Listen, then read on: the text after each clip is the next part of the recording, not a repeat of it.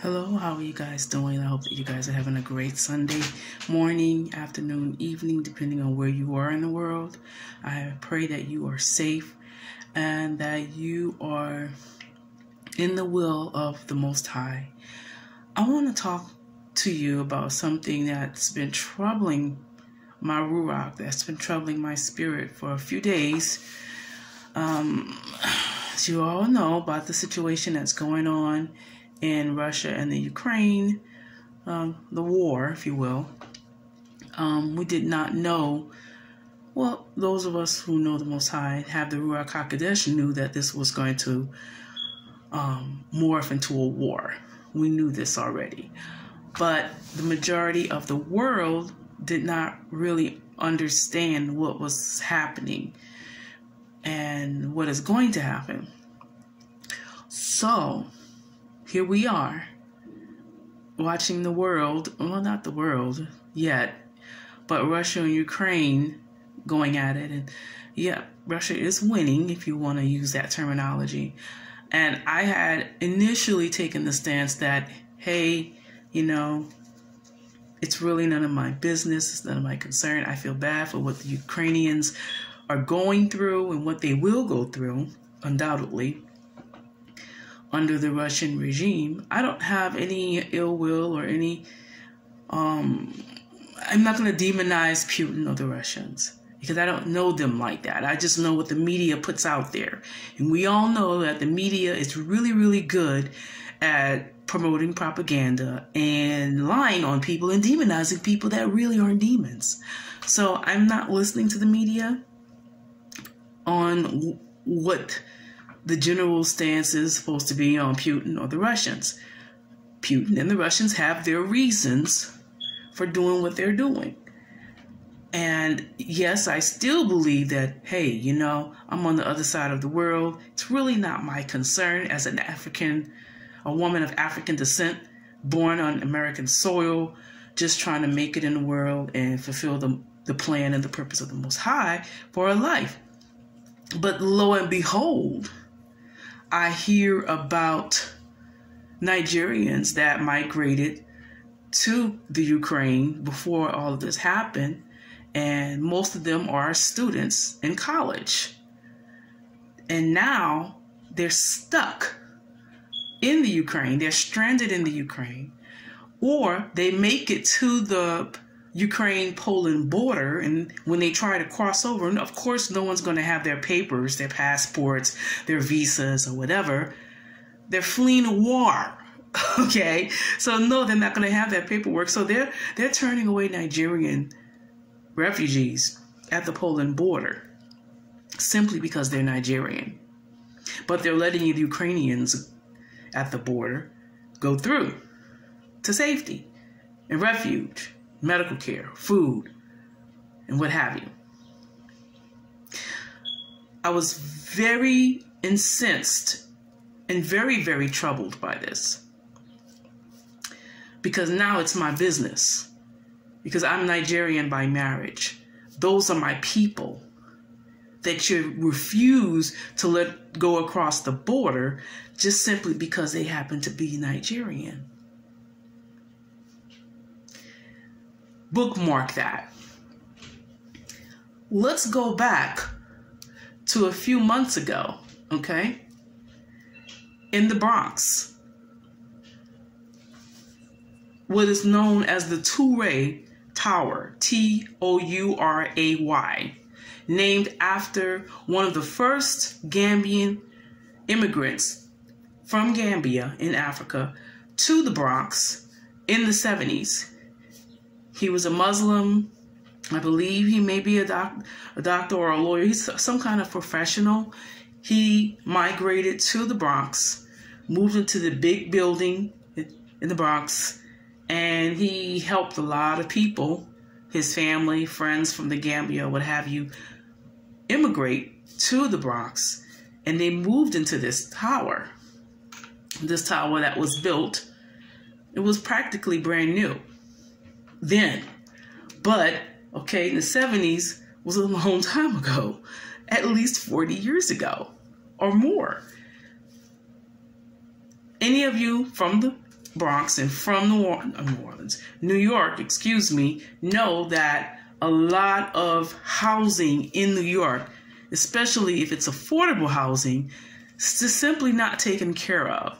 The heat doesn't always work, and it gets pretty cold in New York. And now you take somebody who's from the Gambia in Africa, used to tropical, mild weather all year long, and you move them to the Northeast, to the Bronx, and then you don't give them any heat, because a lot of these apartments, these subsidized apartments, they come preheated or with heat. They pay the utilities, but the only problem with the apartment complexes that pay the heat and the cooling bill for you is that they're only going to heat it up to a certain degree, or it may not work at all.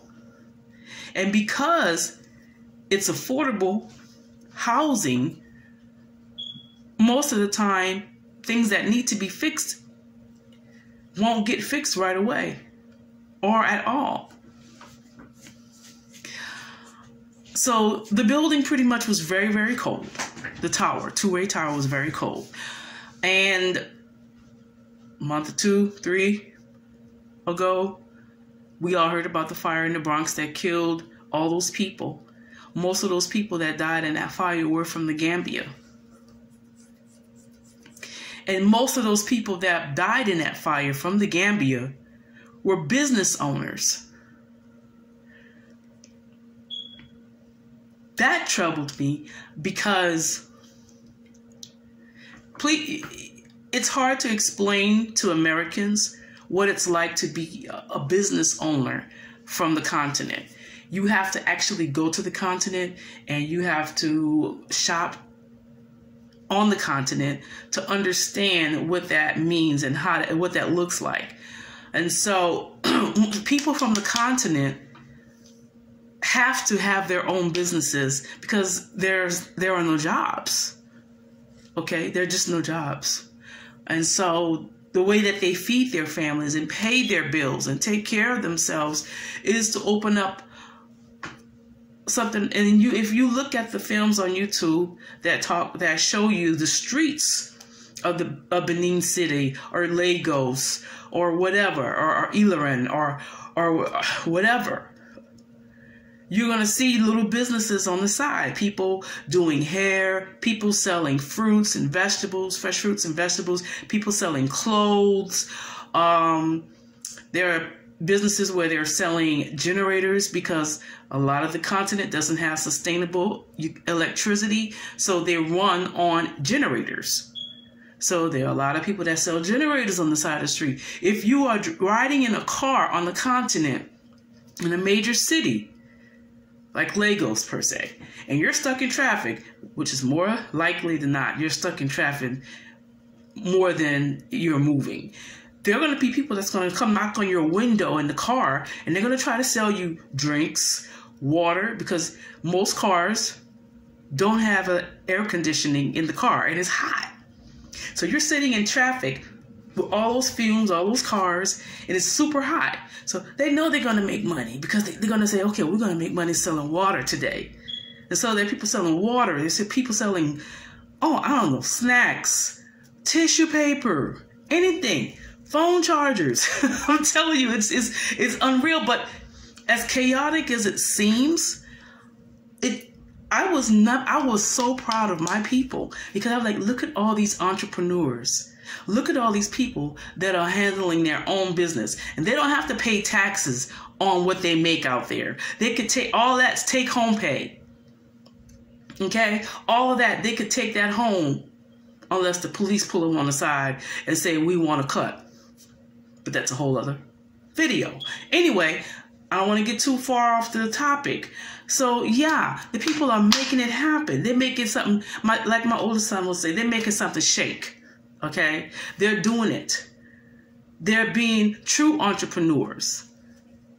And so these Gambians that came over and moved into the two-way tower in the Bronx, they're like, okay, we're used to this. We'll just, we'll continue to do our little hustle. We don't need to get a job in the Bronx, even though there are jobs in the Bronx, but You know, there's the argument people have about immigrants taking jobs from Americans. So they're like, oh, okay, we don't want to deal with all that drama. We'll just continue where we left off and run our business here in the Bronx. So a lot of these people are business owners.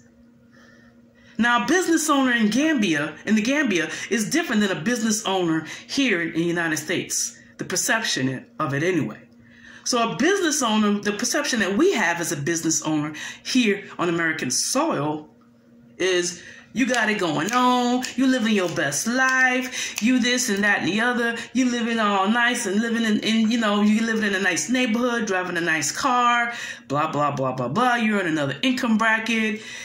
So you're not living in substandard, subsidized housing and being a business owner. But a lot of these people are and were.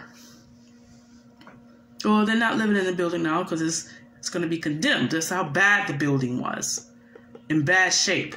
But these were all business owners living in the two-ray tower. And somebody decided to heat their apartment with a space heater, and the alarms were not working in the building. And so a lot of people died. I think 17 or 19 people died in the two-ray towers from smoke inhalation because the smoke alarms weren't working. Nothing was working in the building. The people came here because they wanted a better life. Now, my thing is this. The Gambia, I did my research on the Gambia. Do you know that the Gambian Police Department don't carry firearms? Do you know that the Gambian crime rate is so low? The police don't need to carry guns. They don't carry weapons, y'all. And these people came from that environment, the peace and paradise. Yes, poverty, but peace. Do you understand what I'm trying to say? It was peaceful. You're not going to get a gun shoved up in your face. The crime rate was nil. You might get somebody trying to steal something from you every now and then, and some panhandlers. But that was it in the Gambia. But they left that to come to America, to die in a burning building, live in substandard housing for 20, 30 years. Because somebody lied to them and told them that America was better than the Gambia.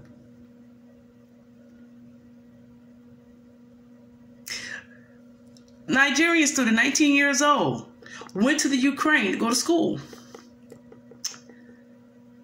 Didn't have any heat in the dorm.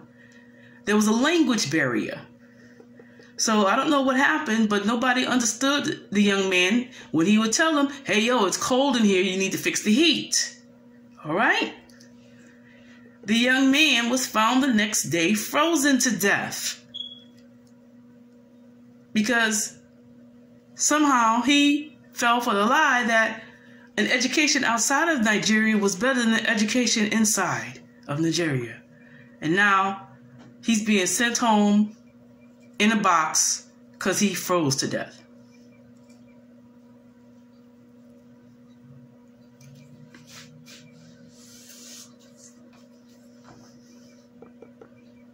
Nigerians are being trampled.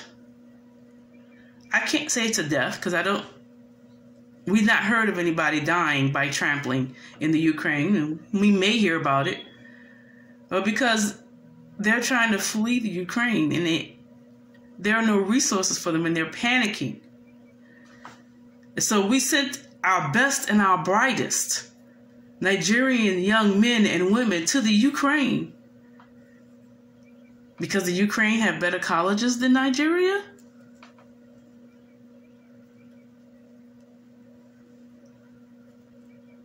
Do you understand where I'm going with this? If not, here it is. Somewhere down the line, and I've not been born on Nigerian soil, so I don't understand the culture. I don't understand the mindset of the people that are wanting to leave their country to go to other places that are in turmoil or at war. I don't understand that mindset. And I want to beg you. I want to beg you, because now we are family. I've married into the family. We're family now.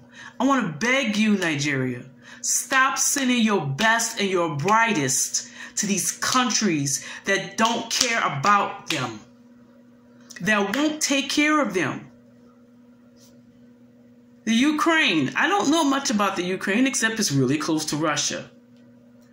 And now doing my research, I find out that they've been in conflict pretty much since the USSR was disseminated back in 2014.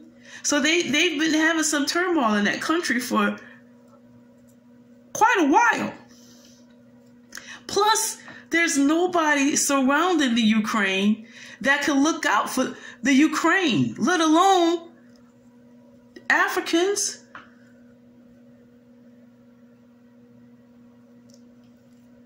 We can't escape racism, unfortunately. I wish we could, but we can't. The only thing we could do is try our best, as much as the power of the Most High allows us, and as we're led by His Ruach, fulfill the purpose and the plan of Yah for our lives where we are, so that we can make it better.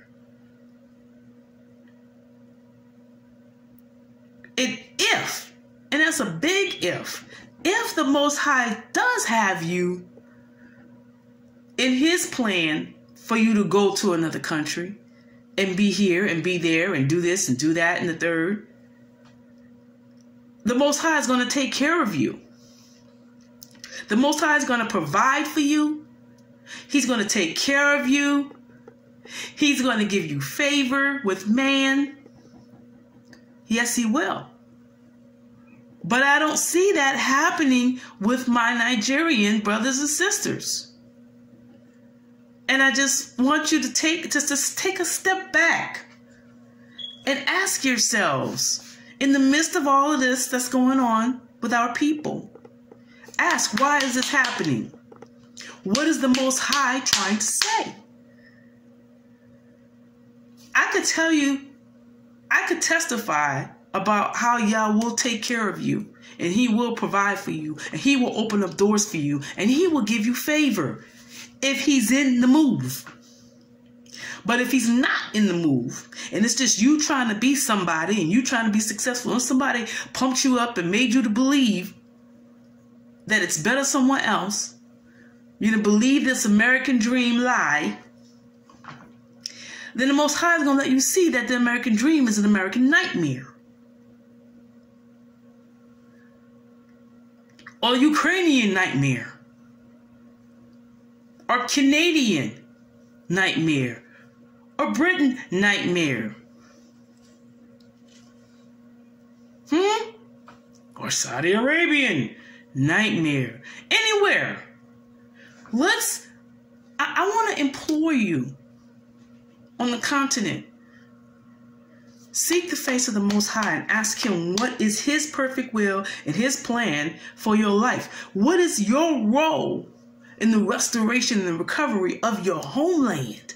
If you understood how richly blessed the continent is, if you understood that the Most High has great plans for the continent, that His hands is over the continent, that every resource that is needed in this world is on the continent. Everything that we ever would need is already there at our disposal. Now, if there's things wrong on the continent, maybe you were born for such a time as this to make it right. Not by might, nor by power, but by the Ruach HaKodesh.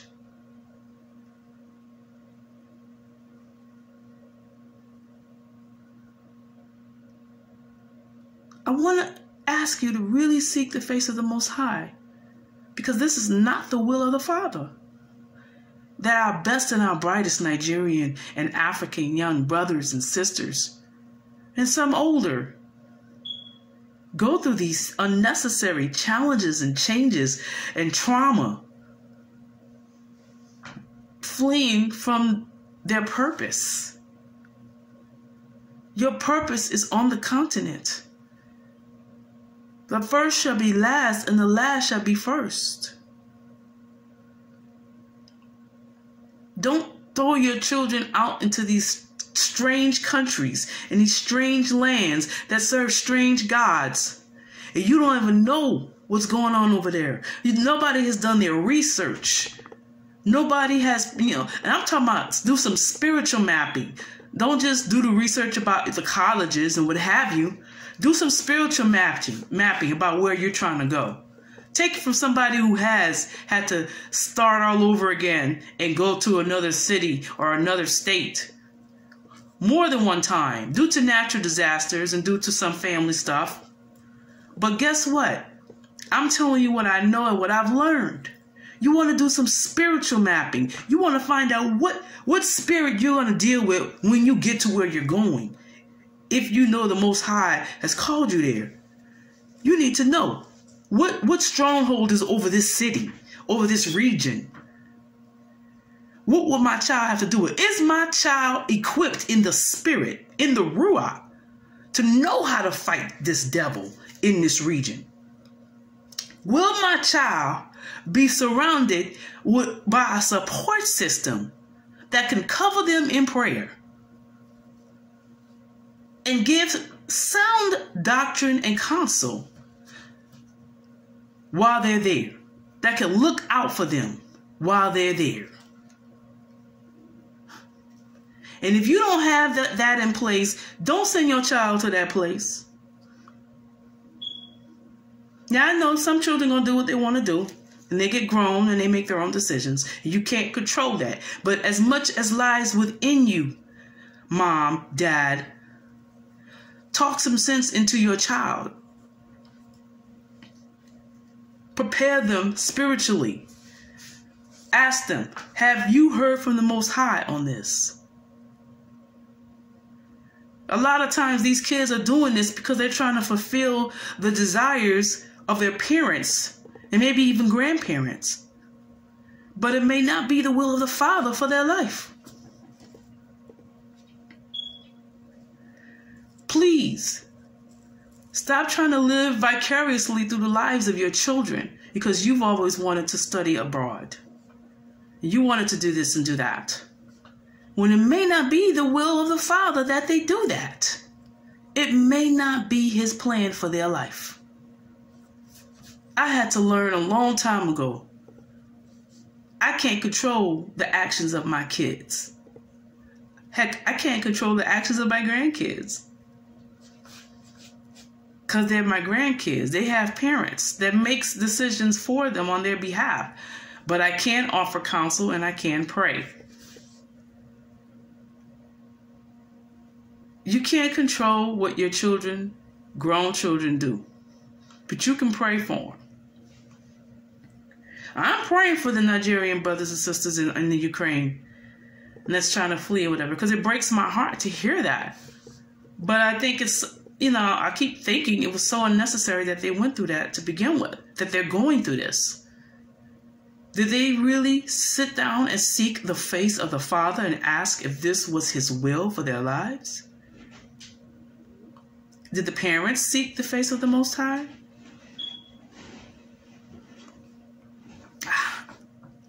Maybe so. I don't know. And please don't take this as me being insensitive. No, please understand my heart. I'm a mom. I'm a grandmother. And I know how hard it is. You want to see your kids make it. And you want them to go farther than you did. But don't send them. And it ain't the will of the Most High. Don't do that. You got colleges in Nigeria. You got colleges on the continent. I've gained a certificate from the University of South Africa, and was one of the most challenging, enriching, enlightening courses I've ever taken. I did it online, of course, but there are options. Get somewhere and get them some internet and let them take some college courses online. Do you not know that within the next 10 years or so, I don't know how much longer these college campuses are going to be open anyway. It's going to all be online. I mean, they're pushing this metaverse. So what would be the point? Now, and it would make sense because now you have a lot of, especially here in the States, a lot of school shootings, a lot of college shootings. They're going to shut these campuses down. It's going to be a security measure. And people are going to have to study online. But anyway, I hope something I said made some sense, helped somebody, because at the end of the day, I just want to see my people well. I want to see people on the continent prosper. I want you delivered, saved, and fulfilling the plan of the Most High for your lives. And I do understand, a lot of people say, that the young people, they are the future and they are the ones that's going to make Nigeria great again, make the continent great again. But how are they going to make it great again if they all leaving the continent? Go back. Stay where you are. Stay on the continent if you can't stay where you are for safety reasons. But stay on the continent and let's try to fix it. Let's try to fix it. It's fixable. It's not too late for Nigeria. It's not too late for South Africa. It's not too late for all of the regions on the continent that are troubled right now. It's going to take us uniting and taking us getting in the will of the Most High and working together. It's going to take unity. We may not all agree with doctrine and what have you and this and that and the other, but we all have a desire to want to see our people succeed and the continent succeed and have the things that's needed, the things that's deserved. So it's time to seek the face of the Most High. It's time to do His will. And let's stop running to these regions and these countries that have their own issues, especially those where it's predominantly white or surrounded by predominantly white people. They're not going to look out for our kids. They're just not. They're going to look out for themselves. So it's time for us to look out for ourselves. I hope that you guys have a great Sunday. Be blessed. Be safe. In the name of Yahushua HaMashiach.